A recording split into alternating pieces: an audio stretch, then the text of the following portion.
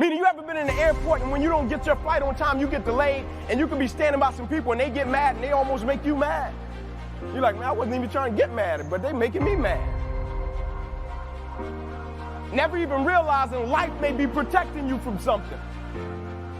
Like it's like the 9/11 incident. I was doing some research on it. I'll never forget. I'm doing research on it. Terrible incident. A lot of people lost their lives. Senseless act. And it talked about in this article the other side of it. And in the other side, what they spoke about was that morning, a gentleman had to take his daughter to kindergarten, and he really wanted to get to some meetings, but because he had to take his daughter to kindergarten, he couldn't make it to the meetings on time, and so he just called out the whole day. And his wife asked him that morning, he was getting dressed, his wife said to him, "Can you please take our daughter to kindergarten?" He said, "I really need to be at these meetings." She said, "Can you please take our daughter to kindergarten? I really need to be at work." He said, "I really need to get to these meetings." She asked him one more time, "Can you please? I beg you, can you please?" He said, "All right, I'll do it." He called in, didn't go to work that day, and because he took his daughter to kindergarten, it spared his life.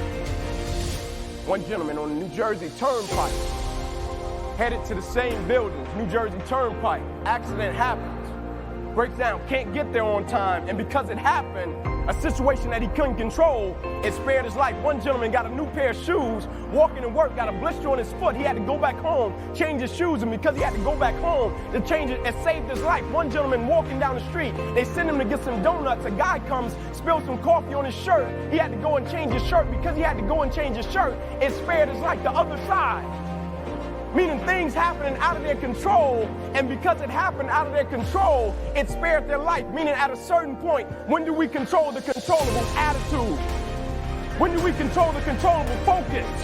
When do we control the controllable commitment, dedication, spirit, the energy and the passion that I bring into an environment? When do we control the controllable? I couldn't control. I got a paralyzed right arm and hand. I couldn't control my career ended. I couldn't even plan for it.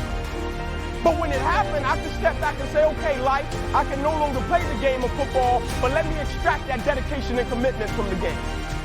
I can step back and say, my arm and my hand is paralyzed. My dedication isn't. My purpose isn't. My arm and my hand is paralyzed. My work ethic, it isn't. My purpose isn't. My arm and my hand is paralyzed. My dedication isn't. My purpose isn't. Meaning my reason for why I first started, it never got paralyzed. And as talented, as brilliant, as strong as people are, it's the saddest thing in the world when I see people just stop giving everything they got to something that they once loved.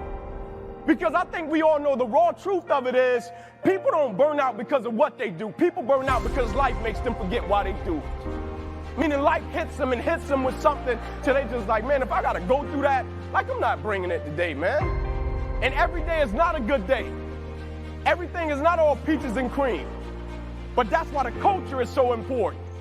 That's why when the culture is set, we know what we bring to it, and we know how we get down because we know what we're working for, and the purpose of it is greater than any individual.